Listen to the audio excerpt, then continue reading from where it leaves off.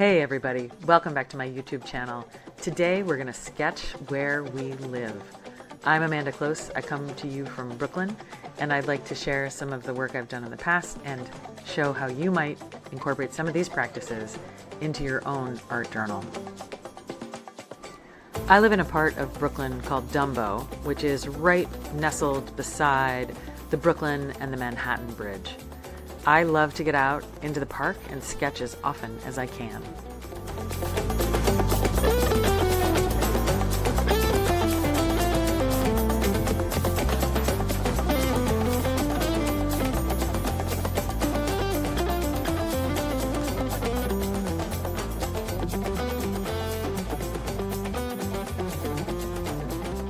I'm going to just take you through some of my sketchbooks. I'll show you a little bit more just of my neighborhood, and I'll show you some of the ways I've interpreted the area over the years.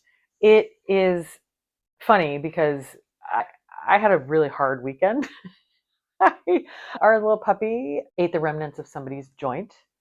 Over the weekend, I tried to fish whatever it was. I did not know at the time what it was, but I saw her take something off the street. I tried to fish it out of her mouth. She had swallowed it already. I was not fast enough. And she got high. It was heartbreaking. She was very off. She was totally sleepy, could not keep her head up. It was really horrible. And at the same time, there were all these sirens. It was like New York City, just like moving in, encroaching on our apartment. And I honestly, that night was like, I don't know if we have it in us to continue to live here. This is really horrible. I took her to the vet. They basically said, just keep her warm and dry, make sure that she's in a safe place, and let her kind of sleep it off. And by the next morning, she was fine and we were fine, but I was really upset. Then fast forward to today, and I have to say, it is the most beautiful day of the year. The neighborhood is absolutely beautiful. It's like mid 60s, sunny. The views of the bridges are just not to be beat. And so I thought, you know what? I'm going to make my peace with New York City. We will stay another day. and and actually, not only that, we're going to celebrate it. So I'm just going to walk you through some of the notebooks that I have kept. And then I'll show you a couple of different ideas. You can interpret your neighborhood or your favorite place or the park you go to on Sundays in any way that you want to. I would love to see it. And you can use words, you can use images, you can do sketches, you can take notes, do what you want to do and use the materials you want to use. And I will just walk through just a few of the various ways that I have captured my neighborhood over the years. I have many notebooks. I actually don't know how many notebooks I have at this point. I just looking around those that were close at hand, like I could reach out and grab them. I just collected 6 or 7 different books and realized that I had in fact done different sketches of the neighborhood in each of them. So that's the assortment that I have. I have many more, but those will have to stay for another day because I don't want this video to be too long. But yeah, so here's my collection. I'm just picking 1 or 2 spreads from each of these. And then I will leave you to enjoy your time. And I hope you have a great time doing this. But first, I will walk through some of the examples and give you some ideas about things you might want to do in your own journal.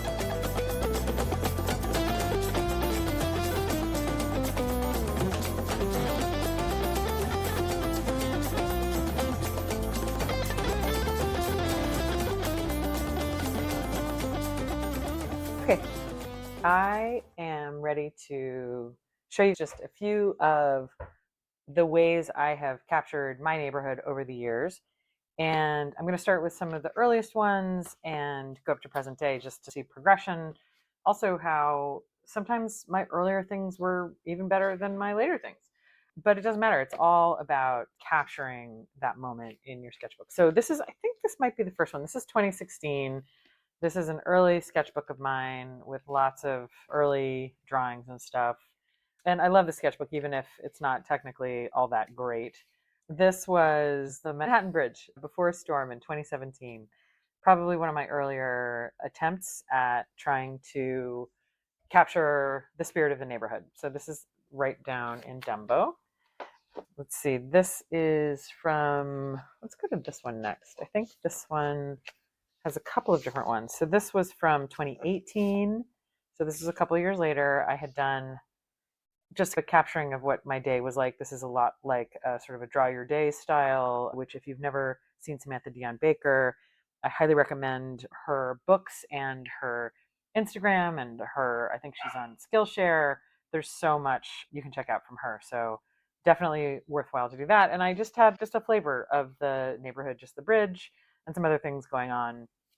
A book I just read and some various other things. I've got a couple of different ones. Okay, so this was in 21, and this is just a quick capture of in pen and a little bit of color as part of a sketch meetup on Fulton Landing in Brooklyn. So again, from the neighborhood, very simple, not a super complex, but you get a sense of the day. Then later in September, this was a view actually out of our window. I did this with gouache, so I was playing around with a new material. And this is an unfinished piece, but I like it. It's Manhattan Bridge. Looks to me like I'm looking back towards the bridge from Dumbo from Pebble Beach. So that's a fun one too.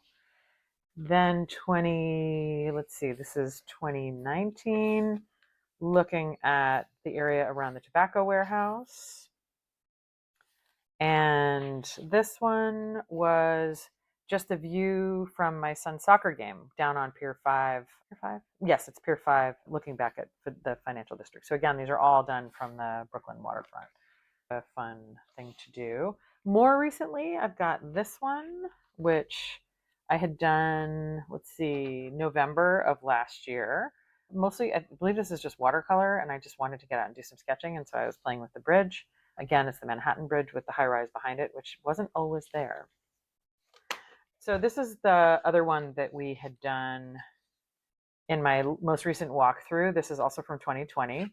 Again, a different vantage point of the Manhattan Bridge and some ideation for a bigger series or a sort of a 4-part image.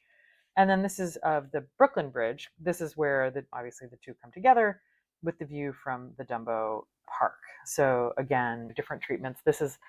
Looks to me like mostly watercolor with a little bit of ink that I went in just to emphasize some of the lines in the bridge. Then, see this one. This is fun. Oh, this is a more recent one. This is from this year. I did this in February. I was working on night scenes, and I just really wanted to spend some time. This is the view actually from Fulton Landing of the bridge. This is actually the River Cafe right here on the right. And this is the view of the financial district. So just a little bit more abstract, but you get a sense of those night colors. I had done a value study before I got going to try to figure out what the shapes were. And again, it's not perfect, but I actually quite like this one. I think it turned out really nicely. So for a spread of your own, take a look at this. This is basically a series of thumbnails of different sizes. And I used one pen, and I decided to capture the things that I felt were iconic about my neighborhood and about Brooklyn in general. Some of my favorite things: the Brooklyn General Store, which is a fantastic yarn store, the watchtowers that Tom Fruin has designed and done.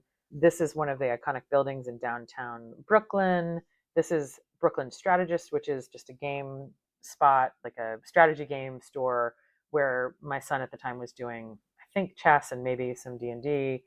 Time Out Market had just launched when this started. Photoville is an annual program that I enjoy where photographers come and show their work and everybody comes to the neighborhood. The Brooklyn Heights Promenade is beautiful. This is the view of the financial district. Of course, the bridge.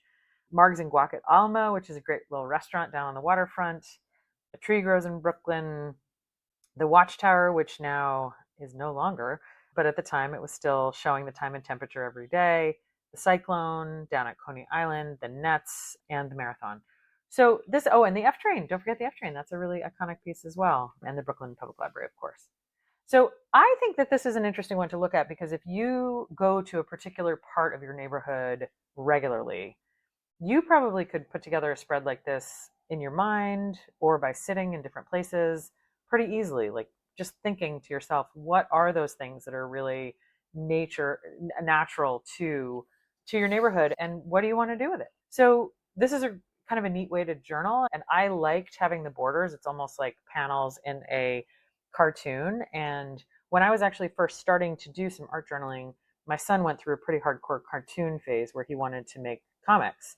And so I would sit with him and do that. And this is from that phase.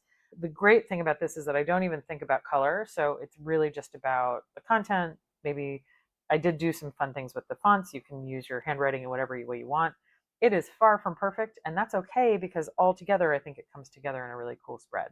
So I'm a fan of this one. I think if you take nothing else away from this little conversation today, as you think about the place where you live or your favorite place to go on the weekends, think about ways to capture that in a spread, in your journal or in your art journal, and take this very simple way of capturing it and see what you come up with. Thanks again for joining me. If you end up doing some kind of a spread in your own neighborhood, please do tag me. I'm on Instagram. I'm here.